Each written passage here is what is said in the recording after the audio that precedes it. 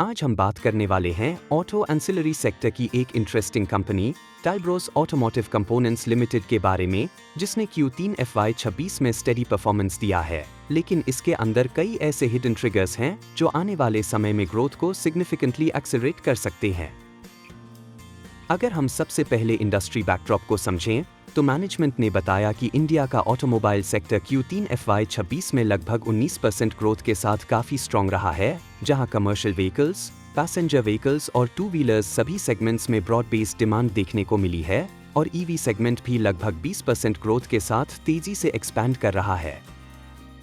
अब company performance की बात करें तो टालब्रोस ने Q3 FY26 में 220 करोड़ रुपए का रेवेन्यू रिपोर्ट किया है, जो पिछले साल से लगभग 8% ग्रोथ दिखाता है, लेकिन इंटरेस्टिंग बात यह है कि एबिटा 40 करोड़ रुपए रहा है और मार्जिन लगभग 18% तक पहुंच गया है, जो इंडस्ट्री के हिसाब से काफी स्ट्रॉन्ग मार्जिन प्रोफाइल है और कंपनी के बेस्ट परफॉर्मेंसेस में से एक है।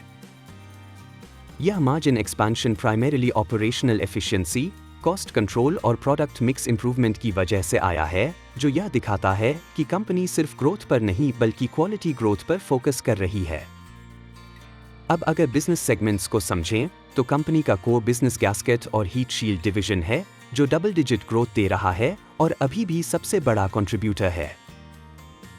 इसके अलावा मरेली टालब्रोस चासिस सिस्टम्स और टालब्रोस मरूगो जैसे जॉइंट वेंचर्स में लगभग 25% ग्रोथ देखने को मिली है, जो स्ट्रॉन्ग OEM पेनिट्रेशन को दर्शाता है। हालांकि फॉर्जिंग सेगमेंट इस क्वार्टर में वीक रहा है, जिसका मुख्य कारण एक्सपोर्ट रिलेटेड इश्यूज रहे हैं, खासकर यूरोपियन मार्केट और JLR ऑर्डर्स में डिसरप्शन, लेकिन मैनेजमेंट ने साफ कहा है कि यह टेम्पररी इश्यू है और Q4 से रिकवरी शुरू हो चुकी है। अब सबसे बड़ा ग्रोथ ड्राइवर ऑर्डर बुक और फ्यूचर विजिबिलिटी। कंपनी ने लगभग 1000 करोड़ रुपए के नए ऑर्डर्स सिक्योर किए हैं, जिनमें से 700 करोड़ रुपए एक्सपोर्ट ऑर्डर्स हैं और लगभग 100 करोड़ रुपए ईवी सेगमेंट से जुड़े हैं, जो क्लियरली दिखाता है कि कंपनी ईवी ट्रांजिशन में भी एक्टिवली पार्टिसिपेट कर रही है। यह ऑर्डर्स अगले 5 साल में एग्जीक्यूट होंगे, जिससे स्ट्रॉन्ग रेवेन्यू विजिबिलिटी बनती है और FY27 FY28 से फुल इम्पैक्ट दिखना शुरू होगा। अब सबसे इंपॉर्टेंट स्ट्रैटेजिक शिफ्ट, कंपनी अब ऑर्डर एक्विजिशन फेज से एग्जीक्यूशन फेज में जा रही है। इसका मतलब है कि आने वाले समय में ग्रोथ एक्सेलरेशन देखने को मिल सकता है, क्योंकि ऑर्डर्स ऑलरेडी सिक्योर्ड हैं और अब एग्जीक्यूशन शुरू होगा। अब एक्सपोर्ट्स की बात करें, जो कंपनी का बड़ा फोकस एरिया है। करंट 9 मंथ्स में एक्सपोर्ट्स कंट्रीब्यूशन लगभग 25% है और मैनेजमेंट का टारगेट इसे 35% तक ले जाने का है और यूरोप मार्केट में स्ट्रॉन्ग ट्रैक्शन मिल रहा है, खासकर इंडिया यू ट्रेड अपॉर्चुनिटीज के कारण। अब ग्रोथ आउटलुक की बात करें तो मैनेजमेंट ने संकेत दिया है कि Q4 FY26 Q3 से स्ट्रॉन्गर रहेगा और अगले फाइनेंशियल ईयर में डबल डिजिट ग्रोथ देखने को मिल सकती है। अब केपेक्स प्लान्स को समझते हैं।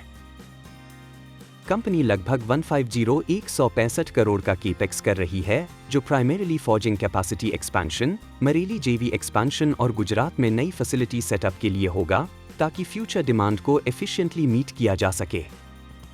अब मार्जिन्स की बात करें तो मैनेजमेंट ने गाइडेंस दिया है कि मार्जिन्स अगले साल 16.8% से 17.5% के रेंज में रह सकते हैं, जो स्टेबल और सस्टेनेबल प्रॉफिटेबिलिटी को दर्शाता है।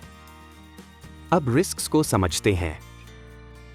सबसे बड़ा रिस्क है एक्सपोर्ट डिपेंडेंसी, खासकर यूरोप मार्केट पर, जहां डिमांड फ्लक्चुएशन का इम्पैक्ट पड़ सकता है। दूसरा रिस्क है कमोडिटी प्राइस वॉलेटिलिटी और करेंसी फ्लक्चुएशन, हालांकि कंपनी प्राइसिंग मैकेनिज्म के जरिए इसे मैनेज करती है। तीसरा रिस्क है एग्जीक्यूशन रिस्क, क्योंकि लार्ज ऑर्डर बुक को टाइमली एग्जीक्यूट करना क्रिटिकल होगा। अब ओवरऑल कंक्लूजन की बात करें तो टालब्रोस एक स्ट्रॉन्ग ऑटो एंसिलरी प्लेयर है, जो डाइवर्सिफाइड सेगमेंट्स, गैस्केट्स, फॉर्जिंग्स, चासिस और ईवी कंपोनेंट्स में ऑपरेट करता है और अब एग्जीक्यूशन ड्रिवन ग्रोथ फेज में एंटर कर रहा है।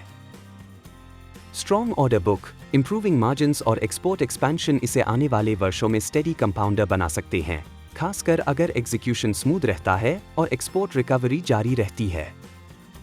यह वीडियो केवल एजुकेशनल पर्पस के लिए है और निवेश से पहले अपने फाइनेंशियल एडवाइजर से सलाह जरूर लें।